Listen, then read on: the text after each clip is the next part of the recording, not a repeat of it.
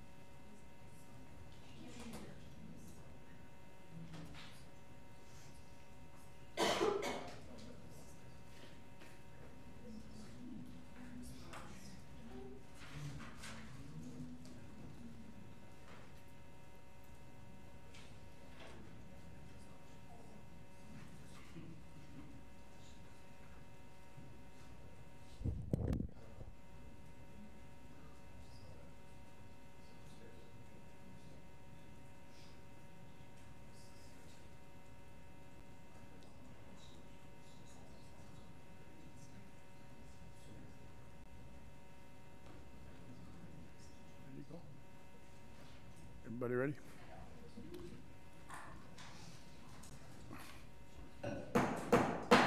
Good evening, ladies and gentlemen, and welcome to the Monday, June 3rd, West Fargo City Commission meeting.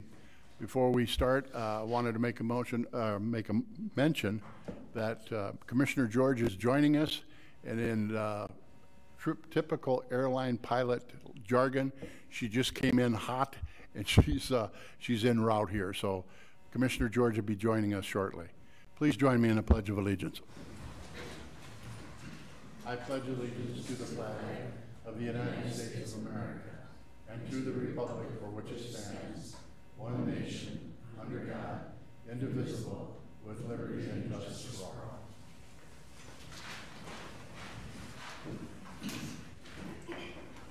Thank you, Madam Secretary. Would you please call the roll? Commissioner Simmons. Here.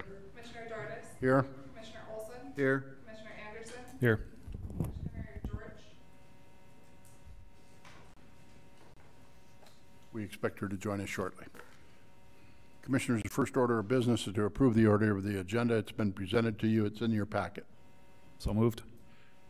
I have a motion to approve. Is there a second? Second. Commissioner Simmons seconds. But I have a motion from Commissioner Olson, second by Commissioner Simmons. Is there any discussion? Yes. Motion was by me. My pardon. Olson Anderson. Lean in a little more. Thank you. Commissioner Anderson made the motion. Any further discussion? All those in favor, please signify by saying aye. Aye. Aye. Opposed? Motion carried. Thank you. Item E is the approval of the minutes of May 20th. They have been distributed. They are in your packet. So moved. Thank you, Commissioner Olson. Is there a second, please? Second. Commissioner Simmons seconds. Been moved and seconded to approve the minutes of May 20th, 2024 as presented. Is there any discussion? All those in favor, please signify by saying aye. Aye. Opposed? Motion carried. Next order of business. Item F is the building permits. Again, Planning and Zoning has provided us with a report. It is in your packet. Move to approve. Okay, thank you, Commissioner Anderson. Is there a second? Second. Commissioner Olson seconds. Been moved and seconded to approve the Building Department's activity report as presented and the building permits. Is there any discussion? One comment, Mayor? Please, Commissioner Simmons. Thank you. It's just nice to see that First International Bank is reinvesting in our community again with their remodel. That's a nice thing to see. We need those businesses staying with us. Yep. Substantial remodel. Yes, major. Yeah. All those in favor signify by saying aye. Aye. Opposed? Motion carried. Next order of business is a consent agenda. We have items A through H. Move to approve? Thank you, Commissioner Simmons. Is there a second, please? Second. Commissioner Olson seconds. I have a motion and a second to approve the consent agenda, items A through H. Is there any further discussion? Hearing none. All those in favor, please signify by saying aye. Aye. Opposed? Motion carried. We are now in the regular agenda. The first order of business is public comment. I'll remind everyone that the clock will be up on the TV screens. It's 2.5 minutes per individual. We have had a number of people sign up. Tracy Reams is the first one that we're going by the order of which you registered for this. So, good evening and welcome. Good evening. Hello. My name is Tracy Reams. I live in the Rivers Bend neighborhood in West Fargo. I'm here to address the conditional use permit at issue at the North Pond at the Preserve 14th Edition, I guess is the official name. I'm here as a resident of the Rivers Bend neighborhood to express my objection on behalf of myself and several neighbors that are residents of the Rivers Bend neighborhood for several reasons. I used to be a prosecutor in the city, for the city of West Fargo at the beginning of my legal career back in 2014, and then was a Cass County Assistant State's Attorney. I am now a private practice attorney at the Barcode law firm. When I was a prosecutor, I prosecuted crimes that started at car dealerships. FBI statistics are currently that 4 in 10 car thefts start at car dealerships. One of the major deterrents that are suggested by security agencies are to have adequate lighting on 24/7. My concern as a resident of this neighborhood that is shared by several neighbors are bright lights shining into our neighborhood. Additionally, I'm concerned about the other recommendation of security firms are to have car alarms at all times on vehicles, in which then car alarms could be going off at all hours of the day. I also cannot think of any other neighborhood that has a single residence neighborhood with a car dealership adjacent to it. I'm familiar about the safety of not only my child, but other children. The setup of this neighborhood is such that it is likely that test drives will occur through our neighborhood. Right now, there are several lots that are not developed in our neighborhood, so the sidewalks are not fully developed. When I walk my child and walk my dog, I have to walk into the road several times. Likely, sure, and I hope that people do build homes in our development. However, right now, I'm concerned about the safety. I don't see a crime impact study, a property value study. I've talked to realtors who do express concern about property values. My husband and I chose to build in Rivers Bend for a quiet neighborhood, that we could have our child ride their bike in the street just like lots of other children we see. I'm not saying that there's going to be speeding traffic 24/7, but we chose Rivers Bend, we chose to build a house there because of the fact that our children could play outside and I don't have to worry about cars running through. I also recall that back last year when Gunderson's had a theft, there was a lockdown in an elementary school. With the crime increase that will occur at this auto dealership, I'm concerned then we're gonna have further lockdowns at our elementary school. Thank you. Thank you. The next person that we have signed up is Leighton Mole. Is he here?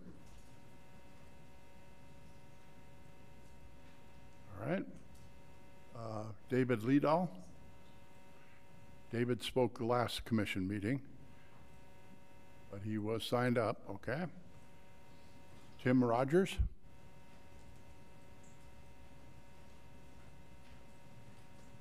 Good afternoon. Good afternoon, welcome. My name is Tim Rogers. Like her, I live in the Rivers Bend neighborhood. My wife also, she had signed up, but she's not going to be able to be here, so if she's on the agenda, you can strike her. For many of the same reasons that she just mentioned, basically all of them, I agree. But there's some others that I'd like to call your attention to, particularly with the zoning issues. I'm not even sure how this got out of zoning, because in the city zoning documents, I can call it out exactly. It's 4-428.1 and more specifically 4-428.2. What it says is general commercial usage such as full-service gas stations, eating and drinking establishment, sale of new and used motor vehicles, right, what we're talking about, this is all under heavy commercial. I didn't define this, the city defined it, okay? This is heavy commercial activity.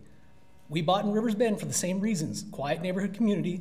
There are no other communities that I can think of, just like her, where you have an auto dealership directly next to a bunch of single-family homes. That's nuts, okay? There is a little carve-out where it says, okay, so we have a group called, conditional use permitting. The conditional use permitting also really wouldn't work because, number one, you've already defined it as heavy commercial, okay? It's already been defined as that. But when we talk about automobile conversions and sales, automobile conversion businesses are places like Radco, Les Schwab, the new place that's there, LineX, places where you get your vehicle changed and modified. Those are smaller businesses that don't have 70, 80 employees. They don't have customers coming in for test drives. You go there and you get a tonneau cover, right? You get a cow pusher put on the front of your truck, things like that. You're not going there to trade in, my car. That's not what's going on at these kind of locations. So this is the wrong kind of zoning. Again, this should have never gotten out of zoning in the first place. It shouldn't even be with you. It is clearly defined in the document. Again, 4-428.1 and 2. Just look it up. It says it right there. It doesn't need to go any farther than that. This should be over. Thank you. Thank you, sir. The next person we have signed up is Timothy Green. Is he present this evening?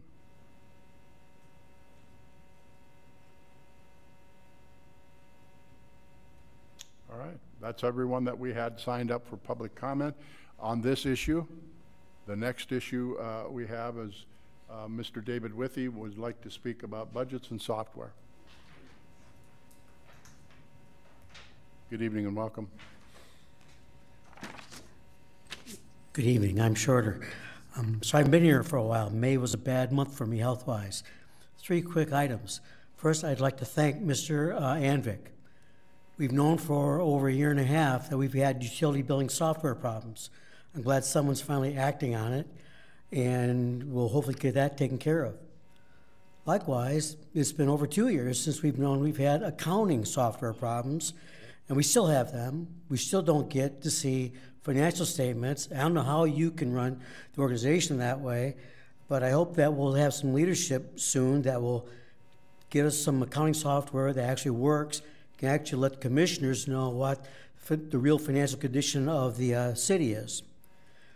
Finally, you've already received an email from me regarding the auto dealerships that want to go in. I don't know about anybody else, but my back of my house will actually, did I say my name and address?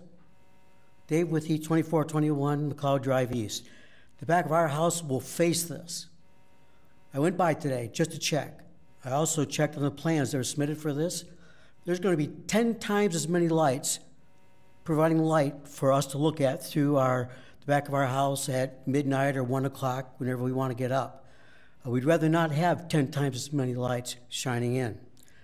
You already know my concern about safety issues with 2 schools in the area, my concern about safety issues with the soon-to-be elderly housing that'll be in the area, my concern is that there are only 2 lanes on the street there. It doesn't make sense to me. What I would prefer to see is the Economic Development Department actually find a better use for that property than the Planning and Zoning Department has. Thank you. Thank you, Mr. Withy. Madam Secretary, would you please note that Commissioner George has landed, and she is with us at 5:42 this afternoon. Again, that's all the folks that we have signed up to speak at this issue. We will have comments when we get to the item number 2. I'm going to allow comments there too. So we're closing public comment. We're moving on to the regular agenda. Item number 2 is 24-11, North Pond at the Preserves, 14th edition, previously advertised as the North Pond at the Preserve at 18th edition. Aaron Nelson, Planning Director of the City of West Fargo. The purpose of this discussion is the approval of a conditional use permit for automobile sales with a C light commercial zoning district. Excuse me. Mr. Nelson. All right, thank you and good evening. So item 2, North Pond at the Preserve 14th edition. This is a request for conditional use permit to allow the use of auto sales within the C light commercial zoning district. The subject property is located at 450 23rd Avenue East, which is just west of Duluth Trading Company on the south side of the interstate. Just pulled up a map here for a quick reference. The applicant is Brad Sather with INS Development, who I believe is here tonight with a few other representatives, should you have questions for the applicant. The overall purpose of this application is to entitle the subject property for development of 2 car dealerships. The proposed dealerships will be located on the north half of the subject property adjacent to the interstate. The applicant has provided a conceptual site plan illustrating their general layout, which I'll pull up on your screen here, is also included in your meeting packet, but showing the general layout of the proposed development again on the northern half of the subject property. They've got a Nissan and Hyundai dealership, both located on the site plan here, surrounded by parking for employees, show cars, and some landscape buffering and some signage shown as well. The loop road illustrated in the site plan, I would just note quickly, does not currently exist. I'll also note that the applicant had originally submitted an application for subdivision in conjunction with this application for conditional use permit, but they opted to delay moving forward with that subdivision application pending decision on the conditional use permit. And staff does recommend that any approval of a conditional use permit be conditioned on the replat of the property, mainly for the purposes of platting that loop road there. The subject property was platted as a single lot and rezoned from A agricultural to C light commercial in 2021. Additionally, there was a proposed replat of the property in 2022, which included, again, that little loop road there, but that application was withdrawn by the applicant prior to that application reaching the City Commission. So, excuse me, it was rezoned to light commercial in 2021? Correct. For clarification, thank you. Yep. Also note that the subject property is also located within the Interstate Corridor Overlay Zoning District, which establishes some additional requirements, mainly having to do with additional landscaping, building materials, some of those more aesthetic type requirements along the interstate corridor. Public notice was sent out to owners of property within 350 feet of the subject property at the time of the public hearing at Planning and Zoning Commission. Staff did receive several calls and emails. Anything written that we've received has been included in the meeting packet. Additionally, we did receive 2 additional public comments that were handed out. Hard copies were handed out prior to the meeting, so hopefully you'll have a copy of those as well. In summary, most of the comments expressed concern regarding potential increase in traffic, as well as test driving traffic, especially in relation to the residential neighborhood and proximity to Freedom Elementary School, the neighborhood being located to the southwest of the subject property, Freedom Elementary being located approximately a block or so to the south. Also, a primary concern of most of the comments received was in relation to the outdoor lighting. That is common with car dealerships. The concern there, lighting shining into the neighborhood at night. In addition to those 2 comments, there were also several comments received regarding perceived impacts to property values in the neighborhood, mainly relating to the traffic and the lights of the proposed development here. The criteria for granting a conditional use permit are outlined in the staff report, With regard to ingress and egress, the subject property abuts public right-of-way on the south and the east. 23rd Avenue is classified as a collector roadway intended for higher volume of traffic than a local street. Public improvements are underway and planned for this corridor to the east to accommodate additional traffic in this area and future growth of additional traffic in this area. With regard to the potential impacts on adjacent properties, all abutting properties are within the same C light commercial zoning district, which is generally compatible with the proposed use. However, outdoor lighting is one item of potential concern, especially in relation to some of the residential areas further to the southwest of the subject property. In accordance with one of the conditions the Planning and Zoning Commission placed on their recommendation for approval, the applicant has provided a photometric lighting study, which is also included in your meeting packet here. Basically, this just shows the location of outdoor lighting on the site plan, and then the measurement of lighting at ground level as measured in foot candles. Generally speaking, all around the perimeter of the property is generally below 1 foot candle at ground level. With regards to soil conditions, it has been noted that there are documented wetlands that do exist on the property, and so those wetlands are required to be remediated in accordance with federal standards prior to the development or prior to any development taking place on the site. And then overall, as outlined in the staff report again, staff finds the proposal to be consistent with the West Fargo 2.0 comprehensive plan, especially as it relates to increasing jobs and commercial businesses within the city to support local economy and tax base. At their May 14th, 2024 meeting, the Planning and Zoning Commission recommended approval of the proposed conditional use permits with conditions as outlined. Also included in your packet is a signed copy of a draft conditional use permit agreement, which includes the recommended conditions that have yet to be satisfied. And those are namely, the property shall be replatted prior to the issuance of building permits. The land use of automobile sales shall be restricted to the north half of the property, which is kind of roughly described within the report here as being within 400 feet of that northern property line. And then also that all lighting installed for the automobiles shall be designed and operated in a manner that does not create a nuisance, and that is installed in a manner as outlined within their photometric study presented here today. So with that, I'd be happy to answer any questions you may have for staff. Otherwise, I know the applicant, I believe, has a PowerPoint presentation that they would also like to provide as part of this request. Very good. Questions for Mr. Nelson? Commissioner Olson. In your staff report, you say that some of the conditions have been satisfied, which the Planning and Zoning Commission recommended. So which ones have not been satisfied? So those that have not been satisfied have been incorporated into that conditional use permit agreement. So the platting of the property prior to issuing any building permits, the lighting needs to match with what they present here today. And then the use is restricted to the north half of the subject property. So the auto sales cannot take place on the south half of the property. So those are the three conditions that have not been satisfied. The recommended conditions, sorry, I get lost here, of the Planning and Zoning Commission,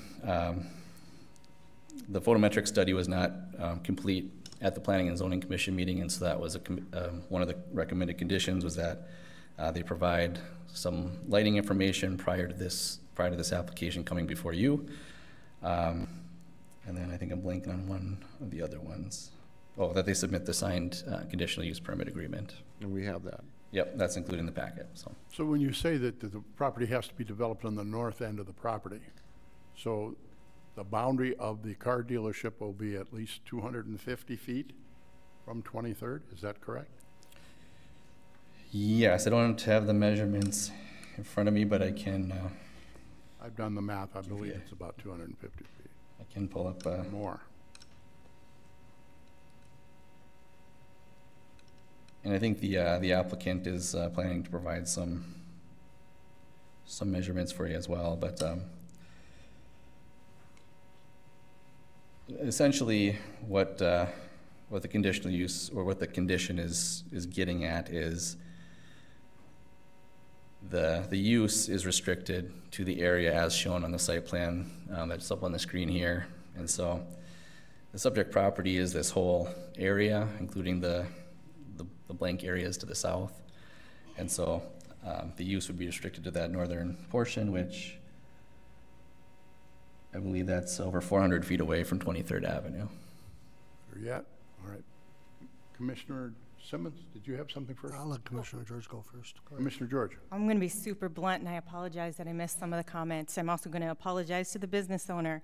I think this is a horrible idea. This is one of the nicest neighborhoods in this city, and to put a car dealership next to this neighborhood is really bad planning.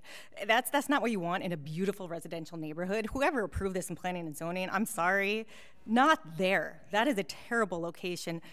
I am so sorry that anybody even thought to put it there. I'm sorry for the residents if this approves, because I think it's a horrible idea. That's my thought.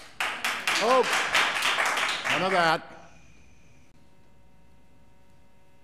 You'll be removed the next time it happens. Chief, help me with that, please. Commissioner Simmons. Thank you. So the question I have is now that Commissioner George mentioned, I'll just kind of go in a little defense here. You know, that's what the corridors are for. That's why we did this corridor overlay next to the interstate. That's why we swapped land how many years ago. In reality, we did this because at that time we were luring in trying to a super target. So how many cars and vehicles do you think that would have had? You know, I mean, that's what we wanted this for. That's what it was originally. When we swapped land with the developer on Veterans Boulevard, that's why we did it. So I don't agree with Commissioner George on that portion. You mentioned it's 250 feet from the... It's further than that. So right now, Aaron, tell us some of the big businesses that could be here. Like, I mean, you know what I'm saying, to kind of compare with, if we turn this down, what else could be here? Yeah. So the zoning classification right now is C, light commercial. And so the light commercial zoning district allows, pretty much any sort of general retail for the most part. And so, to the example of the Super Target or a Costco, those are all things that are permitted by right today. So that would not require any sort of conditional use permit. They would just be able to apply for their building permit. Other things are things like bars, restaurants, those types of establishments, gas stations, just to name a few. Could a gas station go here too? You could, yes. Yeah.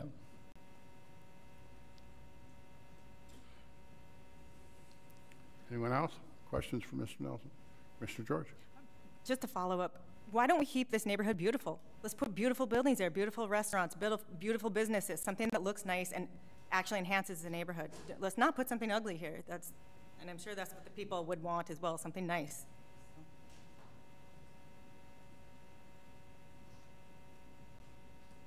I'm sorry. The land is for sale, and people, invest in this thing. Your suggestion makes it sound like the city's going to invest in that, and we don't do that, Commissioner. So, I mean, it's what the private enterprise deems that they want to spend the money for to buy it. I'm sure it's a very expensive piece of property. So, Here. Please. Over the weekend, I did a lot of research on some of the comments that were in all of the emails, which I read every one of them. I couldn't find anything, and maybe I can't do a good search online as to how a car dealership lowers property values. Undeveloped lots lower property values more than developed lots, is what I could see. I couldn't find anything specific about a car dealership, so maybe there isn't enough studies out there.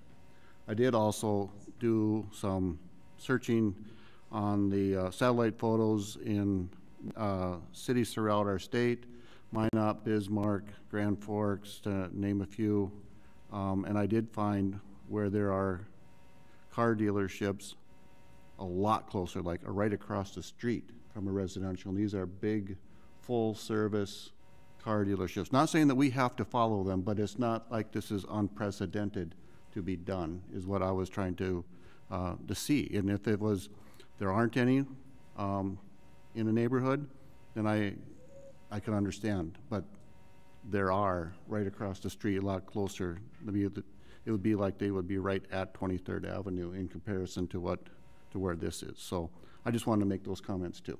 Thank you. Anyone else? Commissioner George?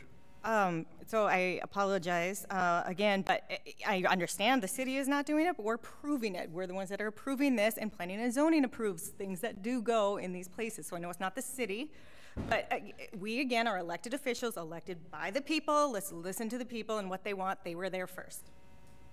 No, they weren't there first, Commissioner George. Well, there's nothing there right now, so they were there first. Well, not with this plotted, though. Please address the question. Any additional questions for Mr. Nelson? As Mr. Nelson stated earlier, go ahead. Sorry, I do have one. Aaron, what is the, we've heard a gentleman stand up, and I've read it through here, where they keep talking about Section 4, zoning regulation 4-, and we can't even do this there. I'm assuming that's probably not correct. They just don't know the full information? Yeah, I guess staff would respectfully disagree with that reading of the ordinance. Pardon? Staff would respectfully disagree with the reading of that ordinance. So this would be a permitted conditional use in the light commercial zoning district. Okay. As Mr. Nelson stated earlier, the petitioners for this property are here, and they have a presentation. So, Mr. Nelson, would you introduce, please, and help them with that, or however this is going to go?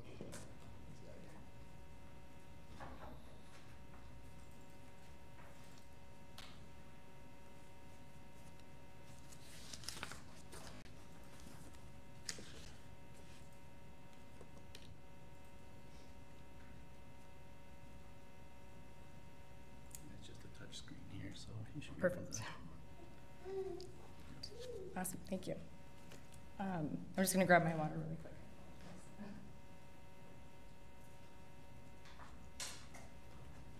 Sorry about that. All right. Hi everyone, my name is Sydney Rusting. I am a resident in Rivers Bend and have been for over 5 years, and I'm also an employee at Gateway. I want to start off by thanking the commissioners and the planning staff for your service to our community, and thank you everyone for being here today.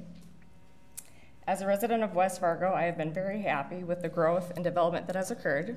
We are excited for the continued growth of West Fargo and the expansion of Gateway. Gateway has been family-owned and operated for over 40 years and is looking to expand. We are seeking a conditional use permit to build a Hyundai Nissan car dealership. We presented to the Planning and Zoning Commission on May 14th, 2024, and they approved our request. I will summarize the information presented during that meeting to you today. So as you see here, this is the drawing. Oops. I'm just gonna try to zoom in here. The preliminary drawing of the site plan has been revised. Now it includes the location and screening of the refuse containers, the truck parking and loading, the location of the proposed signage, proposed screening, buffering, landscaping, and this is showing a 20-foot landscape buffer with there will be landscape following all city required landscaping codes. This is also showing the required tree planting along the interstate of 1 tree per 50 feet following the interstate. This has been carried through on the south, west, and east property lines that border adjacent lots. The dealership will sit on the northernmost portion of the site along I-94. Gateway has no interest in developing the southern portion for dealership use. The position of the dealership allows for further development on the southern portion, which will provide future economic impact, buffering, and amenities for the commercial and residential neighborhoods. The dealership would be a professional space that is regulated by brand specifications and standards. Here are some photos to show.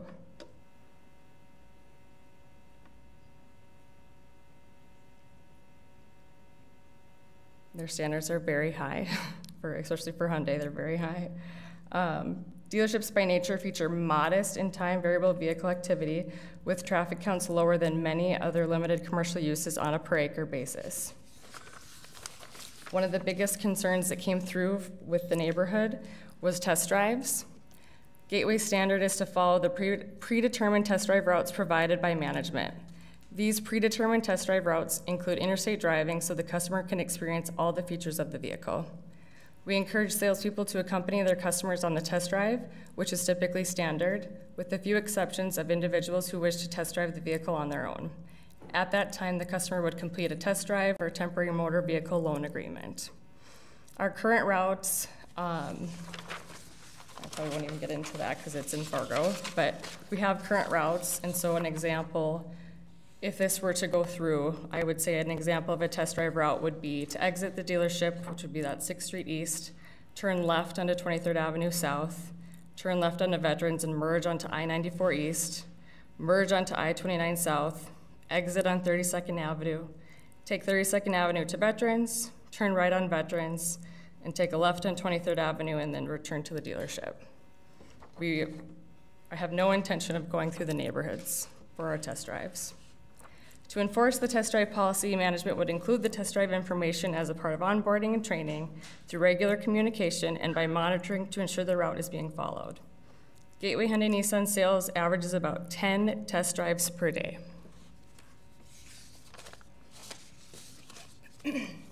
The other concern that the neighbors had brought forward was the lighting.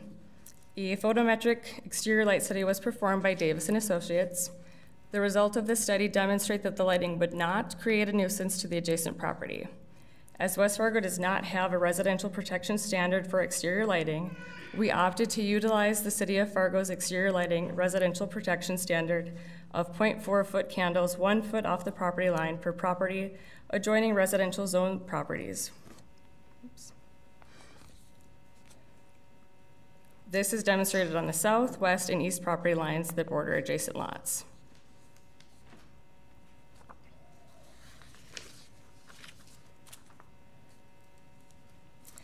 The Rivers Bend HOA president set up a quick meeting for those interested in discussing the conditional use permit. There was one homeowner from Rivers Bend in addition to the HOA president and the representatives from Gateway. At this meeting, we discussed further the concerns that were mentioned during the planning and zoning meeting. And then right now on the PowerPoint, this will just show the current office to residential distances. So this is Enclave. That's saying 48.6 feet. And then this is the surgery center, 470.6 feet. And then we are sitting at 807 feet from the closest residential home. And then from the closest residential home to the corner would be 227.6 feet. The new employment-based new auto purchase and service opportunities, real estate tax and sales tax revenues, and future commercial amenities to the south make this a very special opportunity for the City of West Fargo and for Gateway. We are looking forward to delivering high-quality properties, community opportunities, and great service to the City of West Fargo and our neighbors. In closing, the zoning established for this area is light commercial, which was established years ago as a result of careful planning by the developer of Rivers Bend and the City of West Fargo to provide proper buffering from interstate and amplify the amenities along 26 for the future residential and the community. This plan was established prior to any households present south of 23rd. Light commercial and its allowed uses create a necessary buffer from interstate visuals and noise and allow for positive amenities, positive tax base, and positive economic impact and jobs to support city services. Based on the Land Development Code for light commercial, the following uses are allowed: retail uses, on and off sale liquor sales, food, hardware, large merchandisers like Target, offices, laundromats, bowling alleys, clubs, repair shops, educational centers, the list goes on. All of these uses are allowed without hearings.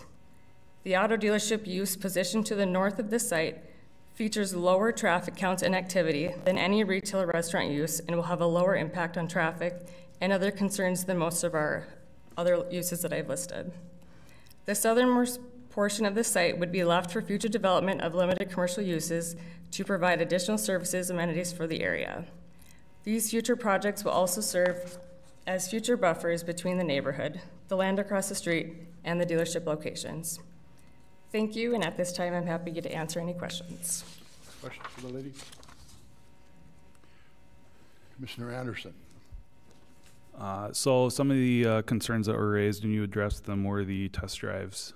You said that not all people test driving will be with a salesman.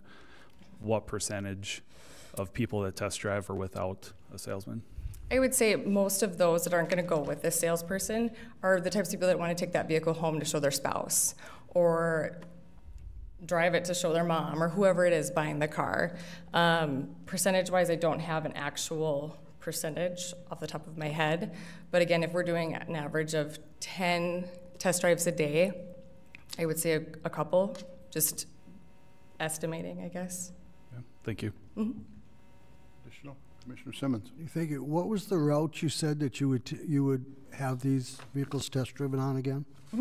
And again, this is not a finalized route. This is just something that would make sense because of all the interstate I know driving. that a lot of dealers have a defined route that Correct. you have to take your car on. Yep, so this would be, if we were to build on this property, it would be exit the dealership, so that'd be 6th Street East, turn left onto 23rd Avenue, turn left onto Veterans, merge onto I-94 East, merge onto I-29 South, exit on 32nd Avenue, take 32nd Avenue to Veterans, turn right on Veterans from 32nd Avenue.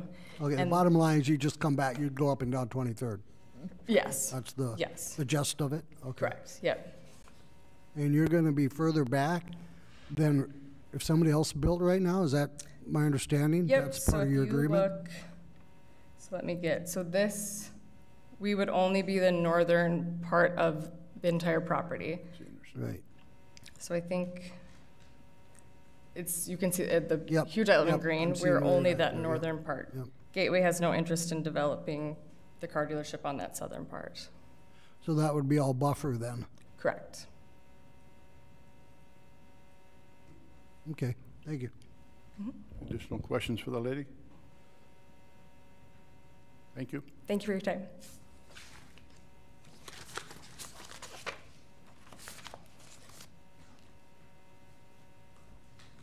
Are there additional questions for Mr. Nelson?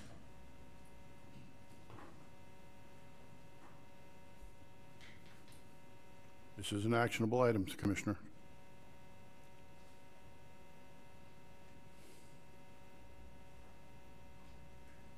I'd make a motion that we approve.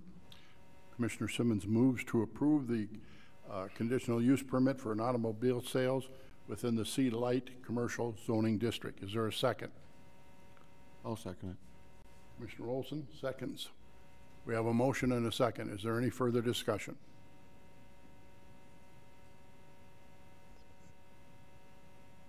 Oh, wait.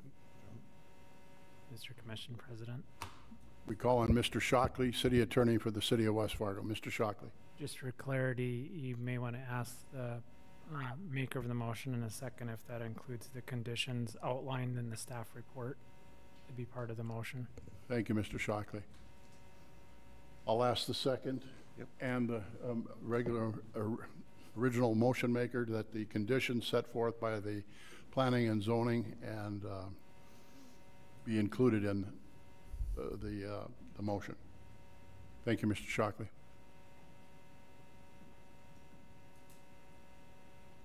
Is there any other discussion? Hearing none, all those in favor, please signify by saying aye. Aye? Aye. Opposed? Aye. Aye. Motion passes 3-2. Next order of business is item number 3, the West Fargo Essentia Health EMT. We're going to call on Dan Fuller, Fire Chief for the City of West Fargo, to approve the agreement with EMT Services. Good evening, Chief, and welcome.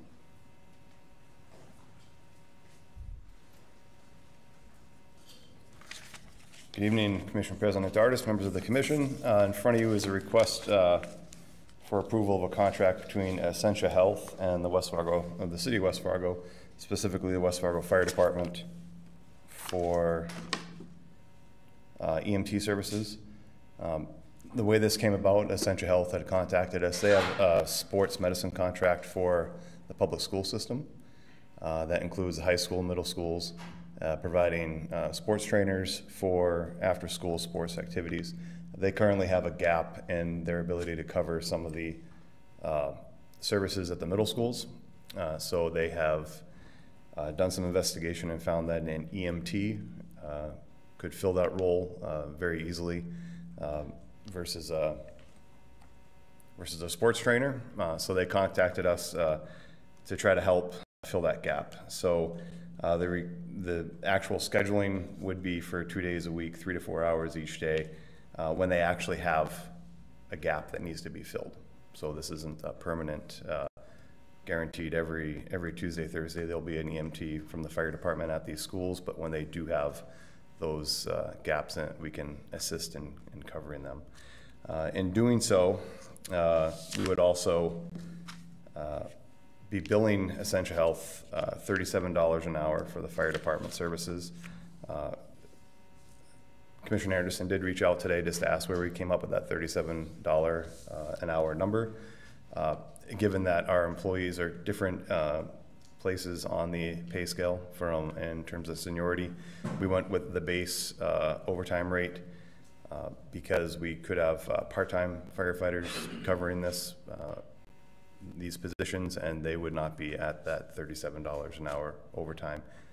They would be less, but then we could have some senior firefighters that cover it that would actually be more than $37 an hour.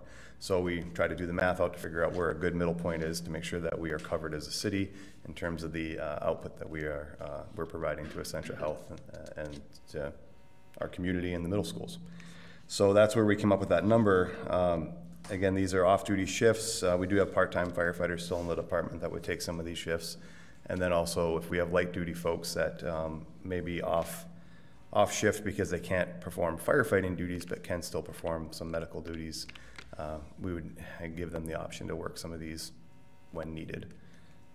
And then lastly, as a benefit to the fire department, specifically our EMTs, being able to work with a pediatric population, which is the patients that we're going to see in this capacity, is extremely beneficial to the development of our EMTs and our paramedics that work for the fire department, given that we don't see paramedic patients, but maybe 10% or less of our total patient count every year. So there is a huge benefit to the employees, to the fire department, to the school system, to Essentia Health to enter into this partnership. With that, stand for any questions. Thank you, Chief. Questions? Commissioner Olson. Well, I was going to have the same question what Commissioner Anderson had on the $37, and it's like, why couldn't it just be dollar for dollar, whatever that person's pay is, and at their, that way we're not possibly going in the hole, because maybe it's going to be everybody that takes these shifts are higher paid than this, and then we'd be, and I don't know if it can be rewritten or what, but is this, because we're ended up paying overtime to these EMTs, and it isn't always going to be the lowest paid. I don't know. I know how you did your math. Mm-hmm. You did some calculations, but I'm just thinking, why couldn't we have just done it? I suppose they want to know exactly what they're going to be spending, but it just seemed like to me more to be a variable thing where it's based on their rate of pay is what we get compensated for. Well, you make a statement in your financial elements, the cost will cover the cost of the overtime paid to the employee. So is that $37, that calculation? At the on average, I suppose, huh? Yeah, when we're done with this in a year, I believe we're going to be covering everything. There are times we're going to make money off it too, and I just didn't want to put that in there that we were going to. Very good. Because we're not doing this to make money for the fire department. I got it. Commissioner Simmons. I think it'd be a little complex as well as to try to get somebody out there, 25, and all of a sudden the next day it's 30, and then it's 27. You know what I mean? It'd be hard for even our accounting, which we don't have, to try to keep the track of that. So I think I agree with the chief that let's try to even it out, and we'll know. You'll know how we're coming out, I'm sure, after a couple months. Absolutely, Commissioner Simmons. And just to note too that we do have an object line item in our budget for reimbursable wages. So during the COVID pandemic, we used that line item to track monies that we went into a contract with Fargo Public Health. We sent our firefighters to all the test sites that we had. They were actually paid a rate. They were paid overtime through the fire department, and then we reimbursed that rate, or got reimbursed that rate from the state. And we used that line item to try to track to make sure that we were good. So, within a year, I'd like to revisit it, see where we're at, and if we find that we indeed were coming up not in the position we wanted to be, then I'd bring it forward and readdress it at that time. Commissioner Olson? How long is the agreement? Just 1 year? It does have a 1 year, in effect for 1 year, and then automatically renews for successive year terms. I think Commissioner Anderson, when I spoke to you this morning, I said it was for a year and we were going to go, that is my idea, is we'd go back in a year and readdress it anyways. And if we find it's good, we just continue. If we need to change it, we'll bring it forward. Additional questions for the chief? Make a motion to approve. Thank you, Commissioner Simmons. I have a motion to approve. Is there a second? Second. Commissioner Anderson seconds. Been moved and seconded to approve the agreement with EMT Services with Essentia Health as presented by Chief Fuller this evening. Is there any further discussion? Hearing none. All those in favor, please signify by saying aye. Aye. Opposed? Motion carries. Thank you, Chief. Thank you. Item number 4 is to approve the purchase of a new utility billing software. This presentation this evening will be made by Matt Anvik, our Director of Public Works. Good evening, Commissioner President and Commissioners. I guess that's what it is today. We're bringing forward purchasing Cozy utility billing software. Back in February, after Heidi announced she was going to leave, I had some conversations with Mr. Scott. I just didn't want to see the focus on going with a new billing software kind of have to go by the wayside until we got a new finance director in.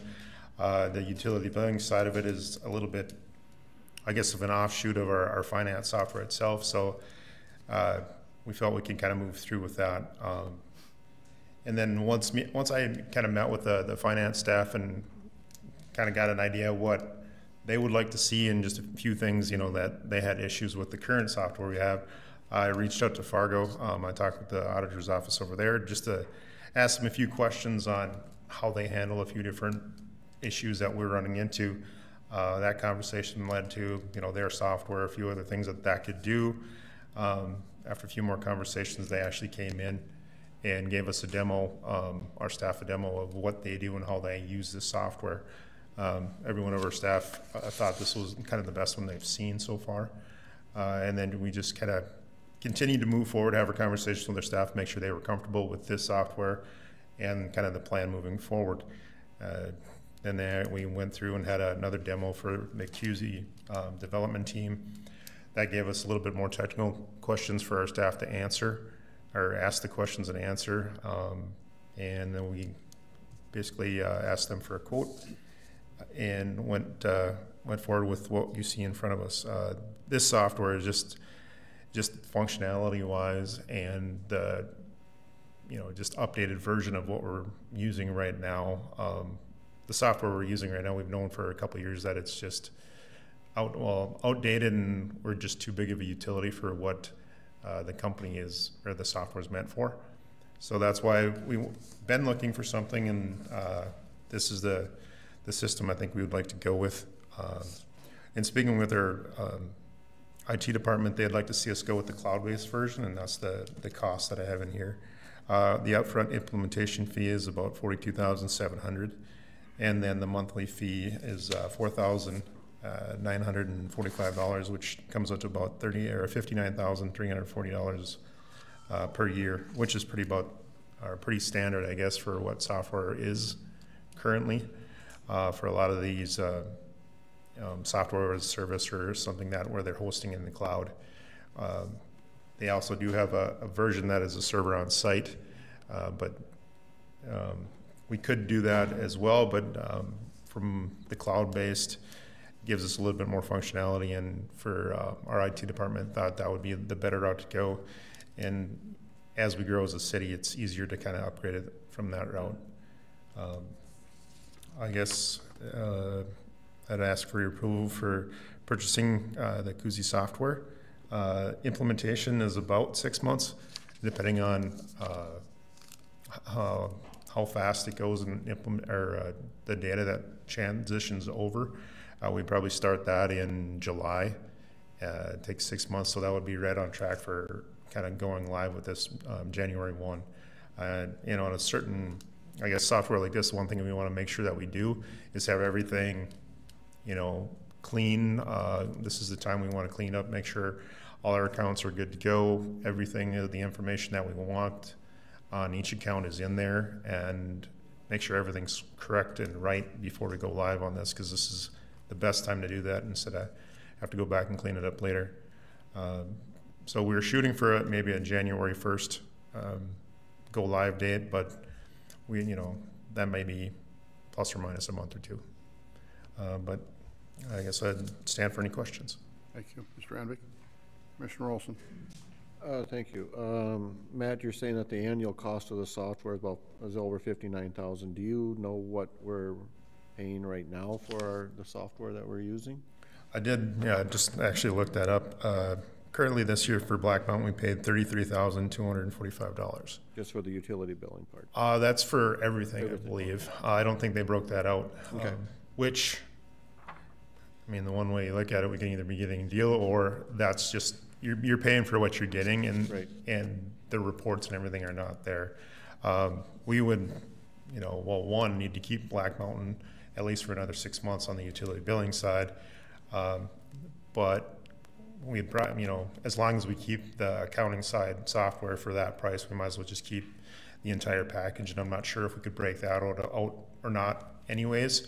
And that way we still have that extra historical data that is still there in Black Mountain that we can actually go back to if need be, you know, if we'd really have to look something up. Because I think we were going back about 4 years is what we were planning on doing, transitioning over to the new software for historical knowledge on each account. Commissioner Anderson. I've got a couple questions. Do you know how many accounts we have currently, and then what would be the price for the next tier jump up as we're looking at you know, the city potentially growing in the future? Just trying to get an idea of what maybe some future commitments might be if this were approved. Right now we're sitting just right around that 14,000 account mark that we have. I think it's, you know, plus or minus about 10. I don't have the exact number, but I know it's right around that 14,000 mark. But right now, currently, it's about 12 cents an account per month. Okay. It is what we're paying, actually, which is a little bit less than what Fargo has for a rate. So, but yeah, if we added on to that next one, we could either do a, you know, I don't know if they increase it by like 1,000 at a time to just give you, but that's why we put it at 15 right now, to just give us some wiggle room a little bit, you know, to get up to that point. Yeah, thank you. Additional questions for Mr. Anvik?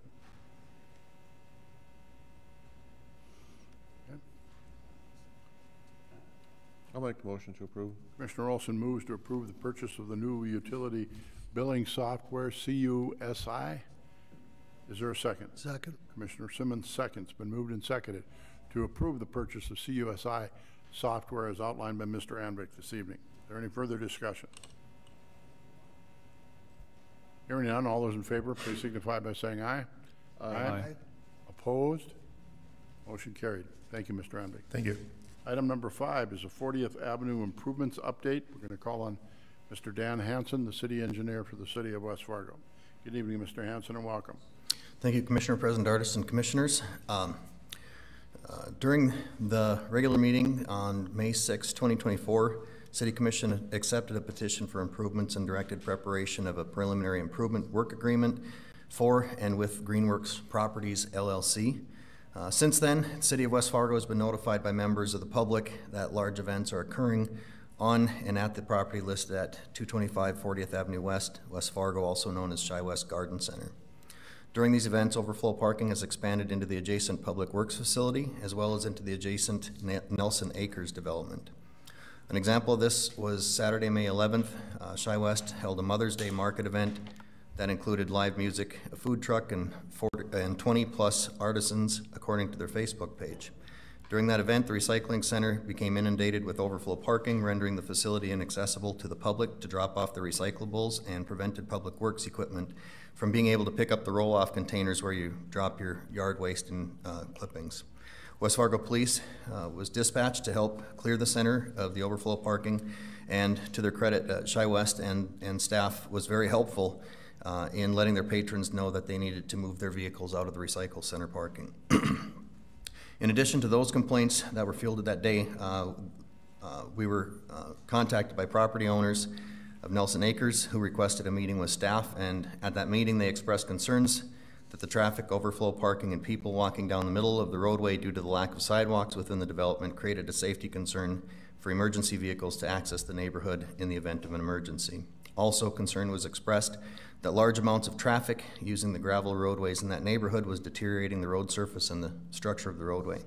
They stated that their intent, this is the representatives of Nelson Acres at the meeting, they stated that their intent was to write the city a letter requesting that no parking signs be installed on both sides of their roadways to prevent this issue from continuing, but to date, the city has not received that letter.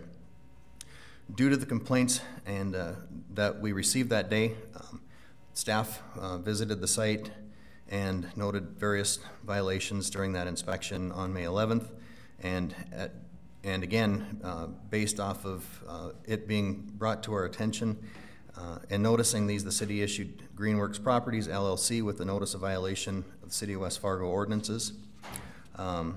There's a couple different documents that are attached, photos of the overflow parking at the recycle center that shows that it was inundated, as well as parking along 4th Street West to get an idea of the vehicles that were parked over there. The notice of violation was issued, and that's also attached to the commission packet. There you can see the vehicles that were parked along 4th Street West, and if you scroll up a little bit, you can see these were vehicles parked in the recycle center parking lot. So you can see that the Public Works has some equipment in that building that wasn't able to be, whether it was tried to be moved during that day or not, wasn't able to be moved. There was parking that was just a number of feet in front of the roll-off vehicles, and again, it was due to us being alerted to these complaints that it triggered us to issue that notice of violation. And because of the notice of violation, right now the purpose of me being here is the 40th Avenue Roadway Improvement Project is on hold while we're discussing the violations notices that have been, until they've been brought into compliance with city ordinances. We have been in communication with the owner, who has requested a meeting with us, and we do have a staff meeting scheduled with the owner.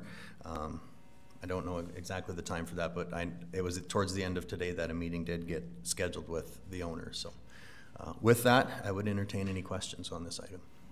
Thank you, Mr. Hanson. Questions?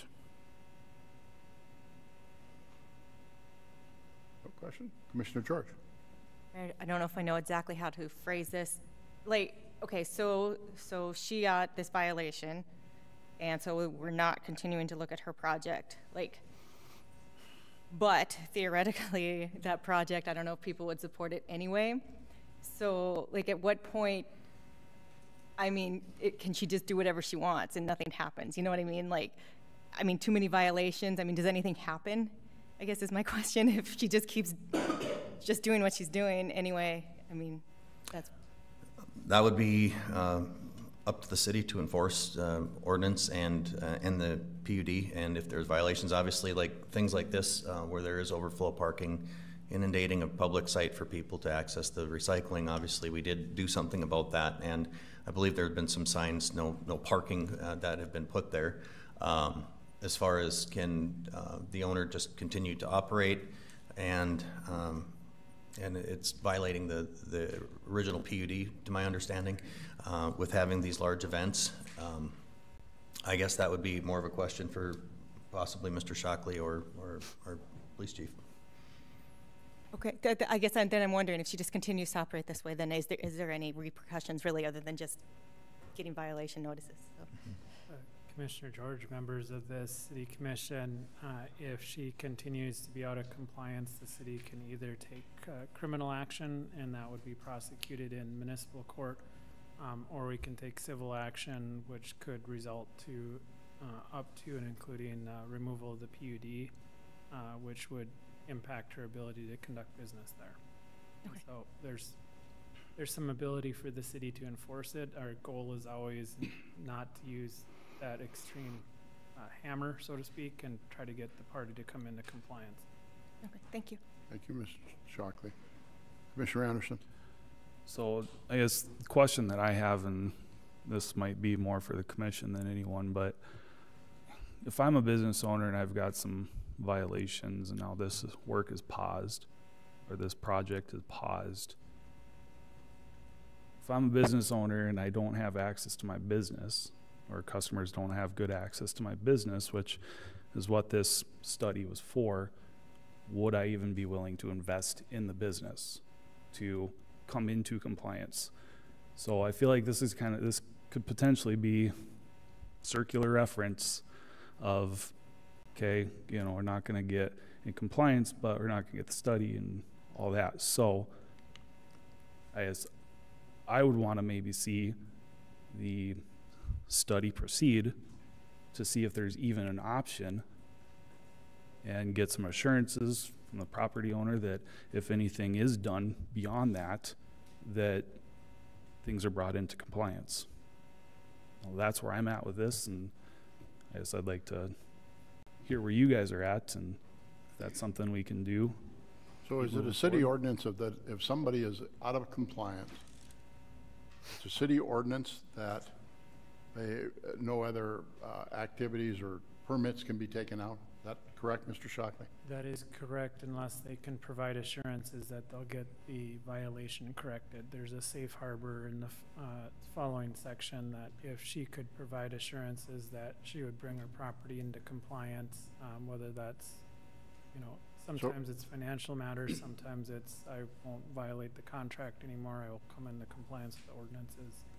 So regarding Commissioner Andrews' comments, which makes sense, by North Dakota, by municipal code, we cannot.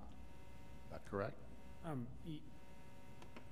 If she is not going to come into compliance, then you have an ordinance in place that says that you're not going to take any action on that pending petition or contract regarding the party. But there's no metrics for that, so that's very subjective in the sense that, and who has that authority? Our city administrator or the city commission? To determine if she's made sufficient efforts to come into compliance, that's going to be a city commission decision. Okay, very good. Just wanted that to clarify. Mr. Simmons. Yes, thank you. You know, Commissioner George asked about the violations, and did I hear that right? We have no teeth in that. We can't fine them, and not just them. I'm talking about everybody that's, you know, out of compliance. Do we have no fine mechanism in our system to fine them? Mr. Shockley. Commissioner Simmons, members of the City Commission, you do have the ability to cite them into municipal court for fines, or we can take civil action. But it's just not something that just is automatic we do especially after so many violations? Well, typically, even any type of violation, we would cite, you know, there's either a traffic citation or a complaint that's brought, and they either pay it or they can take it to municipal court, or we can go the civil route. But in these cases with businesses, we put them in non-compliance is where I guess I'm going with this, but there's no fine for that violation, right? Non-compliance? Well, if they continue, then the city could take additional action. But that's up to the commission to decide that, yeah, okay. I mean, not that I want to do any of that. I was just curious how it works. Oh, question. I know that there are some signs that aren't permitted. Okay. Have they made an effort to permit those signs? That was included in the notification of violations. Is that not correct? There were several signs noted that have not been requested for signage at the property to the Planning and Zoning Commission. They may be able to be permitted. They just haven't been brought forward, to my understanding. So it isn't just about this parking. There's multiple things that we're working with them on. Yeah, basically the three violations that were noticed was one is the event center that is holding events that are larger than the scope of a greenhouse, and the other ones were some signage that was noticed that was has not been submitted, and then the last one was in the light commercial zone. All parking areas need to be paved, and they have some gravel parking. Very good. All right. This is just informational. This is an update. This is an informational. You know, we have to commissioners, if you have some obviously suggestions or ways that we want to move forward with, let's visit with staff about that before the next meeting. Thank you, Mr. Hanson. Thank you. Item number 6 is the second reading of the electric franchise fee for Cass County Electric Cooperative. Mr. Shockley. Thank you, Mr. Commission President.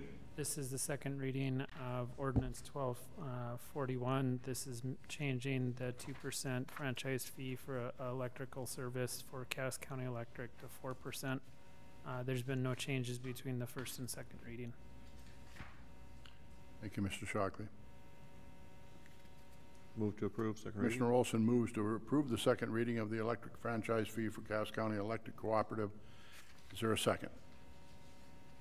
Second. Commissioner George seconds. We have a motion and a second to approve the electric franchise fee from 2% to 4% to Cass County Electric Cooperative. Is there any further discussion? All those in favor, please signify by saying aye. Aye. Opposed? Motion carried. Moving on to item number 7, second reading of the electric franchise fee for Excel Energy. Again, we call on Mr. Shockley. Thank you, Mr. Commission President. This is the second reading for ordinance number 1247. This is also increasing the franchise fee from 2% to 4%, and this is for Excel Energy. They do have some electrical services in the city of West Fargo. There's been no changes between the first and second reading. Thank you, Mr. Shockley. Again, this is the second, looking for approval of the second reading of the electric franchise fee for Excel Energy. Second. Move to approve. Commissioner Olson moves, Commissioner Simmons seconds to approve the second reading of the electric franchise fee for Excel Energy. Is there any further discussion? Hearing none, all those in favor, please signify by saying aye. Aye. Opposed? Motion carried. Item number 9 is the City Administrator's Report. Mr. Scott.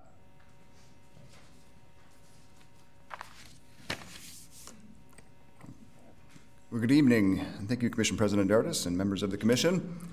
A few updates for tonight, and I'm happy to start with a report on our first day at our new City Hall location over at 2515 6th Street East. Today was our first day operating out of there, and witnessed firsthand customers coming in and interacting with our reception and utility billing services. So things are going well. Staff has done a tremendous job getting things situated and getting the move over there. We're actually a little ahead of schedule in terms of the number of staff that are actually over there already. So it has been a good transition, and again, can't thank our staff enough for all the hard work they're doing. You know, we haven't hired any services to help with this transition. You know, we've got our own guys carrying everything out of this building and taking as much as we can and setting up things over at the new location. So, but again, we are live and active at our new location. Any questions before I move on? Any questions for Mr. Scott? Please continue. Okay, next, updates on a couple of our open positions. The first one, our finance director position. It's been nearly a month now since we relaunched that position, and we have yet to receive an application. So we have now engaged outside resources to help with the search. We've got two, one Baker Tilly and the other is ProSource. They are both capable recruiting firms, and we're hoping that engaging them will be fruitful and we'll find a good candidate to come in and take the lead on our finance department. The other position is our Senior Director of Administrative Services. We did receive 17 applications, and we have narrowed it down to 11 candidates. The hiring committee that is tasked with that one is, which includes Commissioner George, Commissioner Anderson, myself, as well as now Heider Howitzer, our IT director, and Casey Saunders-Berglund, our economic development manager. We are getting together tomorrow to try to narrow that list from 11 down to 3, 4, 5 finalists that we can move forward with interviews. Our goal is to schedule interviews the week of the 17th. So hopefully things go well and we can fill that role in the coming month or two. Any questions on the open positions? One question. Commissioner Olson. Who was the other outside source other than Baker Tilly? I didn't catch that. ProSource, ProSource. Okay. and they are a local firm. Mm-hmm. Okay. Thank you. Okay, budgets. We are well into the budget season here. Department heads have been working diligently with their teams to prepare the departmental budgets. I have been able to meet now with all of the departments, and they are now reaching out to their portfolio holders to start reviewing, again, their departmental budgets with those particular commissioners. Anticipating that we will be into July before we have a complete budget document ready for public review, but we will continue working hard over the next month here to shore up all of our departmental budgets. We are also starting to dive into the revenue side and other special funds that we have. So hopefully again by July we're ready to take a document together to the public for review. Any questions on the budget? Okay, my final update is just a reminder, we do have an election around the corner. June 11th is election day. And so that means that June 17th is our last meeting with Commissioners Simmons and George, and we do have an open house scheduled and hoping to get everybody there to help thank them for their service. We will have some refreshments, if you will, available. So excited for that and sad to see them go, but looking forward to the open house where we can recognize their service. And just a point of clarification, they will remain active commissioners until the swearing in of the new commissioners, which is going to take place at our first meeting in July 1st. Historically, the current commission body has convened the meeting, and then the first action item is to swear in new commissioners. So I have not worked through the logistics of that part with our attorney yet, but that has historically been what has taken place. So any questions for me? All right. Thank you much. Thank you, Mr. Scott. Does any commissioner have any non-agenda items you'd like to bring forward this evening?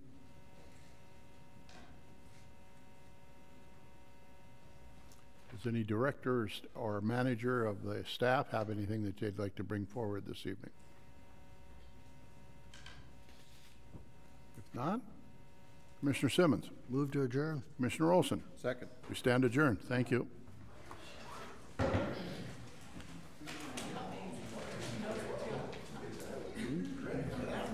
Well, I don't know. We'll be total. There.